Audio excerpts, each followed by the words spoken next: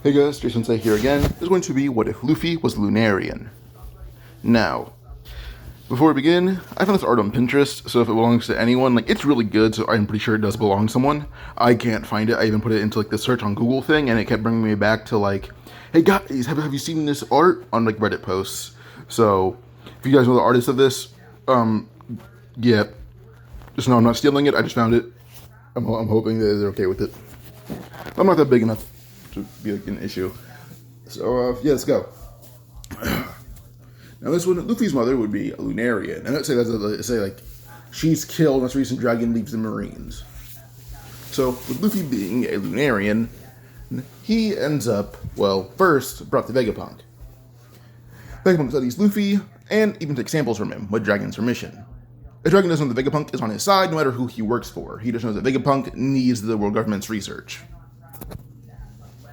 When Luffy and King's DNA are actually the bases for, the pacifistas for the Seraphim in the future. So, yeah, Luffy is part of the base for the Seraphim in the future. But, at some point, Luffy does still get put in the hands of Garp, and at this point, Dragon simply just tells Garp, hey, I brought him to Vegapunk, and Vegapunk even confirms Luffy cannot be part of the Marines. Garp just calls it pish posh until Dragon just says, he'll be brought to Vegapunk to be experimented on. If you bring him to the Marines, he will not be a Marine, he will be a science experiment. He will not be a fighter. So, Garp even talks to Vegapunk himself, and Vegapunk even confirms, also the Goros, they don't really like Lunarians, so he'd be probably executed or a science experiment. There's really no room for him to be an actual soldier. Which is actually make Garp mad that even if he wants a grandkid to be a Marine, he can't be a Marine. So, already Garp just knows, yeah, there's no way for him to be a Marine. So, yeah. So with this, Garp actually raises Luffy to he trains him how to fight. He trains Luffy avidly. And it's because Luffy's already a physically strong kid, and he's learned to control his strengths. So Garp just simply tells Dragon, oh yeah, I had a grandkid, my grandson, Garp, I assume Sengoku knows who Garp's son is. He's he has a grandkid, I'm gonna take care of it for a little bit, I'm taking leave of absence, just, take care of my grandkid. And Garp's a vice admiral, there's not really much he needs to do, especially because of who he is. So, Sengoku just, take as long as you need, come back within 2 years. At this point, Luffy's 5. So, from the time of Luffy being 5 to 7, he's trained by Garp. But when Luffy is 6, Shanks arrives at Fuchsia. Shanks was on Fuchsia for a year. So, when Shanks arrives in Fuchsia, Garp is there. Shanks immediately thinks he has to fight until Garp says he's on a leave of absence for the next year. He's fine. But he just tells Shanks, you better not try to pull anything here, or I will personally put you in the dirt. As Garp at this point is he's definitely not weak. He's probably close to his prime. Or he might still be in it. Because he's in his 70s in the future, so hold up. Garp's not in his prime, but he's definitely not as, quote-unquote, weak as he was at, I have faith in him slamming the Aokiji that was at Hachinosu. Not slamming, but defeating him. Or at least put up a better fight. So, yeah, he's a bit stronger than he was in Hachinosu, but not by much. So, yeah. So, I think he put up a good fight against Shanks. But, yeah, so Garp ends up training Luffy and actually teaches them a lot of different things. Basically, basic fighting, how to control your strength, all of that. Luffy even learns to control his flames, as it did take Garp a little bit of just trying, but eventually he's able to coach Luffy how to use his flames, all that. For flight, Garp has no clue. Luffy has to do that on his own. So, yeah. Also, Luffy does meet Ace eventually. Garp just is on. He's on Fuchsia for a long time. He'd introduced Luffy to Ace. And actually led to Luffy introducing Ace to Shanks. And to Luffy and Ace's shock, Shanks says, oh yeah, I was your dad's adoptive son for a while. So, brothers, kind of. Ace's jaw drops. Shanks actually raised on Roger's boat. Asked him how it was, and Shanks said it was pretty cool, actually. And as they talk, eventually Garp even just tells Shanks, if you know Roger, you should tell this kid that, he would not have had a dad regardless. Because all Ace is hearing is that Shanks got the dad he never had. Eventually, Ace is told by Shanks that, Roger was dying anyway. He went out on his terms. He would not have been around for you regardless. Ace is just told, yeah, even if he survived, you would not have had a dad, and your mom would not have had a husband. So, yeah. But she still does give Luffy the straw hat, as he knows Ace does not want it. Ace is mildly worthy of it, but not as worthy as Luffy, and Ace also just would not want it. So, yeah. But also, I would say that also probably bring Sabo into meeting Shanks as well, as I think Ace and Sabo are still at this point close. But at this point, Ace is like... Because Luffy introduced, like... I would say at this point, Luffy got the hat a year early, so when Shanks leaves, Luffy still has to have the hat, and he also can't really stab himself in the eye, and that can just breaks on his skin, because, you know, Luffy. Also, English Bandit Troop. Garp crushed them early on, but say, like, Shanks lost his arm by accident. Let's say that, because one-armed Shanks, like, say he's still sacrificed it for the future, but it was still an accident. An accident he just considers an honorable sacrifice. So, yeah. And Luffy does also get the Gum Gum no Mi. He needs it. He needs to be Joy Boy. Or he said to be Nika. Now, we go on to, at this point, through most of the Luffy childhood, I don't see a need for much changes, aside from the fact that, like, Luffy is probably the strongest one out of his sibling, because he's the most durable, he has flames, he can fly, all of that. Blue Bandit Group, or Blue Entire Crew, is pretty easily defeated by Luffy with, like, a single, like, attack.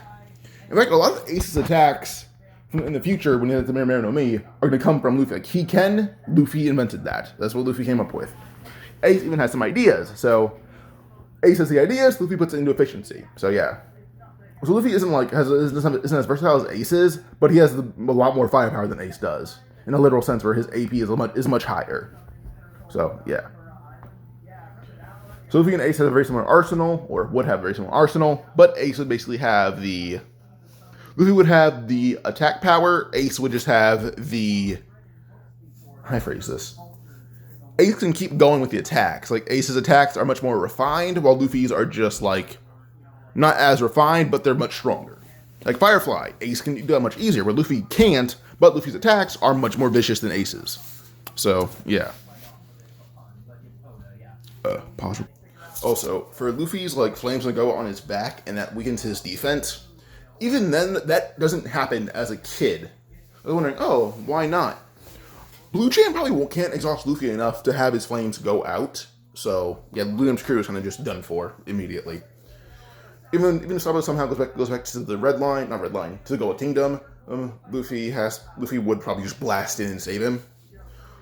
Or, like, he'll fly over, find a house, knock on the window, find Sabo, bring him out. Well, Sabo is raised with the ASL trio. He never has to leave. So, or even if he does, he's saved. And it also does lead to Ace's tattoo spelling Ace properly. So, yeah. Because Sabo was raised with them, Ace would have the tattoo still, but it's spelled A-C-E. As yes, in canon, when it's not spelled like that, there are, like, some double meanings to it. But overall, it means that Ace can't spell his own name. So, yeah. But yeah, so eventually when it comes to leaving the 17, Sabo still needs to become a revolutionary, but he's a lot stronger. As here's a little thing that Luffy learned from Garp. He learned the basics of the Rokushiki. I was wondering, oh, how would he do that? They're one of the best martial artists in the world. Not one of them, but the best martial art in the world of One Piece. So, Garp teaching Luffy that to control his strength, I wouldn't be surprised. Luffy's aren't as good, but whenever Garp does come back, he helps Luffy brush up on it, and then Luffy would actually relay the teachings to his brothers. So when Ace and Sabo leave, they both know some Rokushiki. Luffy knows all 7, Sabo and Ace both know like 3 or 4. Or 6. Or Rokuogan would be the 7th power, I believe. So, hold up. Yeah, so these are the 6 powers. Geppo, Tekai, Rankyaku, Soru, Shigun, Kamiye, Rokuogan. Luffy knows all of these, including Rokuogan. He's really good at Rokuogan to the point where he incorporates, like, his fire with his Rokuogan. Like, his Rokuogan will blow a hole through you because he's physically that strong. Also, he can shoot a fireball through your body when he does it. So, Luffy's Rokuogan is a killing technique.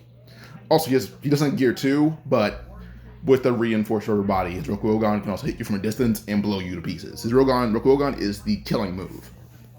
But for Sabo, Ace, and those two, Sabo would know Geppo, Rankyaku, and Soru. Well, then Ace knows Tekai, Shigun, and then Tekai. So, yeah. Now, moving on. When Luffy is 17, he needs to be a pirate, all that. And he doesn't really, like, use a boat, he just literally just flies. Eventually he does find Alvida's ship and all of that, but when they demand to, like want to know who he is because, he kind of landed in their boat looking around, asking if they had any food or something, They didn't know who he is. Luffy says he's like, oh, I'm a guy flying around. Like, I'm a pirate. Or a wannabe, at least. Oh, an upstart. He'll say he's an upstart pirate. With that, immediately Albedo would smack him over the head with her like mace to try to take out Luffy. It was like, a flying pirate's a threat. When she shattered immediately upon impact, as Luffy has 2 layers of not like Luffy is considered basically invulnerable if you don't have Haki. He'd be considered invulnerable if you don't have Haki, because he's really resistant to basically every form of blunt force attack by default because of them going on me. But then having the flames on his back basically makes him invulnerable to blunt force. Like you have to use a sword, but even then, he's still insanely durable. So yeah. Plus Tech Eye basically makes him literally indestructible. So 3 forms of invulnerability. So yeah. So when Albedo hits Luffy, his head would be sent flying back, but her mace would shatter, and his head comes back and hits her right in the face, sending her flying to wherever she got sent flying in canon. Albedo's crew goes to attack Luffy, but he literally just basically couldn't, with like a single step, basically turns the entire ship to ash. But eventually does save Kobe, because plot reasons, and flies off with Kobe, because, he wanted to be nice to save the one guy who didn't seem like a bad guy. So, within the span of like 15 minutes, they arrive at Shellstown, because Luffy doesn't really, they don't need to say, Luffy just flies. So they land, everyone's wondering where they came from, but also who the giant guy with wings is, as Luffy is probably the same size as King, which I should check how big King was. Never mind. King is 20 feet tall. Luffy would be half the size of the Mary if he was King size. Let's say he's a Kainu's height, 10 feet tall. That's good. So yeah, they're wondering who's the giant guy with wings and fire on his back. And that alone is probably alert the Marines to Luffy. So when they arrive to go to especially Luffy and Kobe are, Luffy's in a bar. Or in the cafe. I'm taking the scene from like the live action with this one because I like that scene more. It gives more building to Shellstown. Now, when we do see when you see the Marines walk in, Zoro's right here and he's asking if they have money for his bounty yet, as he holds up the body of Mr. Seven. But said that she said they need to capture Luffy, as he's an odd being for this part of the world. They don't know who he is, but he needs to be like brought in. Luffy just looks over and says, no thanks. And Luffy's wearing like a red tank top, the usual like blue jean shorts, all that. But one of the Marines goes to grab Luffy will grab him by the face and heat up his hand, burning the guy's face. Not like melting it, but like he has a giant burn mark on his face now. Luffy simply tells anyone the next person who touches him is going to get lit on fire, as his hand sparks up with flames. With that, the Marines all pull up their guns and knives, and Zoro simply tells them he'll capture the guy if they have his money. But Morgan would walk in, he'll be telling the Marines, capture Roronoa and the Winged Man. Because Zoro, who pulls out his 3 swords, and Luffy just said, teamwork, and Zoro just said, why not? But immediately looks over Zoro's swords, and with one blast, he ignites Zoro's swords. And Luffy tells Zoro, they won't melt, but your swords are going to be on fire and pretty hot for a while. Zoro smirks, and Luffy and Zoro begin beating through the Marines like it's nothing. Zoro cutting them down with flaming swords, and Luffy quite literally just like taking a scene out of Justice League Apocalypse with fucking, I think it's Berrigan? Hold up. I meant Etrigan. Yeah, that's my bad. Taking a note of Etrigan's book from Justice League Apocalypse where it's like, woe is me, you fear me, I'm Etrigan, the whatever. And basically like taking down assassins with like one punch, or just their swords shattering, impacting him, back fisting them through a building. He's like, Monkey Luffy, I'm a pirate, yada yada yada, and throwing them around like they weigh nothing. One of them even hits him with the face of the sword, but just shatters on impact, and Luffy just headbutts them into the ground. One of them even tries to punch him, and their hand shatters, like their hand it pulls invincible, and their hand kind of just implodes, hitting Luffy. And when they're done, Morgan is facing them both alone. Hello was watching his dad back up in fear, but Morgan tries to jump out and slash Luffy over the head with his axe, while Luffy does grab his hand, as his flames go out immediately, as his axe still wouldn't have affected him too much, but it left a small cut, which would have been annoying to deal with. Morgan tries to hit Luffy one more time, but Zoro would simply just look at his blazes, they're still hot, but the flames went out. And he literally just put it flat down on Morgan's arm and burn him. Morgan does that, holding his arm, but then Zoro keeps kind of just smirking and hitting him with the flat side of the sword, burning him over and over again. Until Morgan is up against the wall, or against the front of the building, and he gets shoulder checked by Luffy through the building. So with that, Luffy just high-fives Zoro, thanks him, and Morgan is defeated. But to their shock, the villagers are instead actually cheering for them, calling Morgan a tyrant, evil, all of that. He says, wait, is he really evil? The Marines look away in shame, but some of them eventually nod. Well, Luffy immediately flies over, picks up Morgan, and just tells him, like, he couldn't move his axe hand. He just rips it out of Morgan's arm, which is gross, but tells them they can just arrest him. And the Marines immediately jump on the chance to turn in Morgan, as his axe hand is now gone. They even throw his statue from the roof, shattering it. Which Luffy just says, that's all the ego for such a weak man. Immediately, Helmpo tries to pull a gun on Kobe, because, that's like, that's kind of what his MO was. But Luffy looks at Helmpo, pulls out a single finger, and it lights on fire, blasting right at Helmpo, blowing the gun to pieces. Or blowing a hole through the gun, hitting Helmpo in the chest, and then flying back with just the flames. Kobe is surprised, Luffy just shrugs, saying, alright, see you, Kobe, and walks away. Kobe asks, like, where are you gonna go? Even Zoro's like, yeah, how are we gonna get out of here? He goes, oh yeah. Surrounded as the Marines, you have to have a boat, because, like, I can fly, but even my wings get tired. They nod, saying, yeah, we have a boat. Luffy says, can I take it? They just say, we can't stop you from doing so, but, yeah, go ahead. But Luffy finds some rope, takes it, ties it to the boat, and really just starts, like, going away. Not even asking Zoro to join his crew. But Zoro just says, he needs a lift. And Luffy just says, hop on then. And that's what Zoro kind of says, like, he's gonna go around Luffy, so he can find his old crew, being Johnny and Yosuke. If he asks him to be a pirate, Zoro says, no, he's a bounty hunter. So, yeah. Luffy flies, he's literally just pulling the boat along with him. Not too high in the air, but still pulling it. And it's not a big boat, but it's about the same size as the Mary, just a random boat. But eventually they do get to Orangetown, and pretty quickly, actually. And at Orangetown, I don't see it being any different up until, like, the fights begin, where it's, like, the two guys chasing Nami bump into, like attack Luffy. After Nami calls him her boss. But when they get to run and attack Luffy, he picks them both up and just throws them, like insanely far away. Just because, brute strength. As it's flying, they crash in the building where Buggy is. Buggy manages to do that until he just sees a man with wings flying and looking right at him. And Buggy is likely aware of the Yonko crews, like he was on Roger's crew. I'm pretty sure he knows what Yonko are. I'm pretty sure he kept up with the Yonko too, because Shanks is the Yonko. But Buggy likely knows who King is and just says, King of Wildfire. But then he doesn't see the weird fucking gimp mask. He's like, true Lunarian. Buggy yells, asking, can he surrender? And Buggy's crew is slack-jawed. Buggy's asking if they can surrender. He says, you have any money? Yeah, you can surrender, I guess. Buggy to his crew and just says, give the man the money. I'm not fighting that. As he looks like a flying demon with fire and rubber. So, yeah. That Buggy's crew just hands over all they have.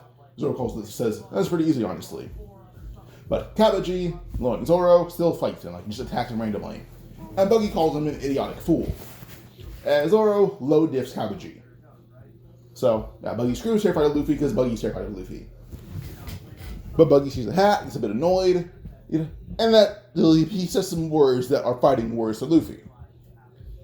But Luffy kind of one-shots Buggy. It wasn't really a fight. Luffy literally just one-punches him. He's physically too strong for Buggy to handle, even if he's, can negate some blunt force damage. Luffy's just physically too overwhelming for Buggy.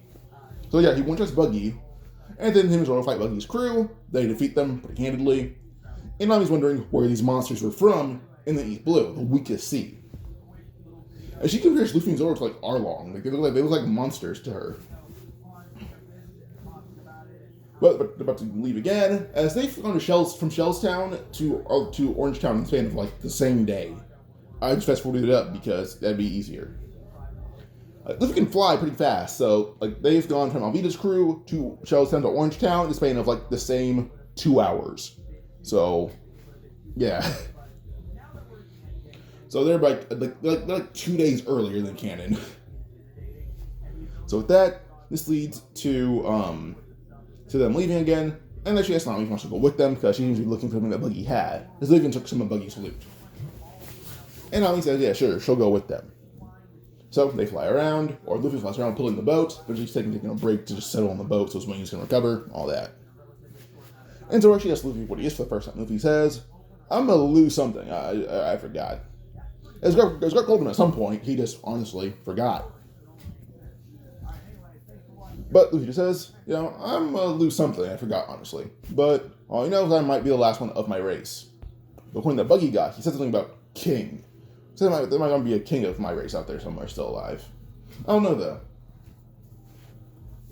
As he doesn't know who King of Wildfire is, he just assumed that, like, he's talking about there's a king of this race out there. But, yeah. Now, eventually they get to a short village, but it's late at night at this point. So, Usopp isn't like, oh, the pirate ship. No. Like, they walk into town, Usopp happened to be eating dinner with, like, the kids, and he just sees a large 10-foot man with wings, a swordsman, and then a pretty orange-haired woman. They actually have a lot of money this time around, and Nami actually asks the villagers, like, hey, we have money to spend, like, do you guys have anything we're supposed to eat that can accommodate this large man? Pointing at Luffy. Which where Usopp is sitting, and he's the only spot where there's, like, a table outside. So, Luffy sits on the ground, still pretty comfortably, at eating level. They're pretty surprised, but with that, this leads to them getting food, and eating. And I guess Luffy what he is. Luffy just shrugs, and Zoro says, lose something. Luffy's wondering if they're pirates. He says, upstarts. And as they eat, eventually Kuro, overhearing small rumors of, like, shopping, like, this large guy with wings. He's confused, looks outside, and sees a 10-foot guy with wings. But before we finish this arc, I'm going to pause here. If you guys enjoyed, like and subscribe for more. Adios.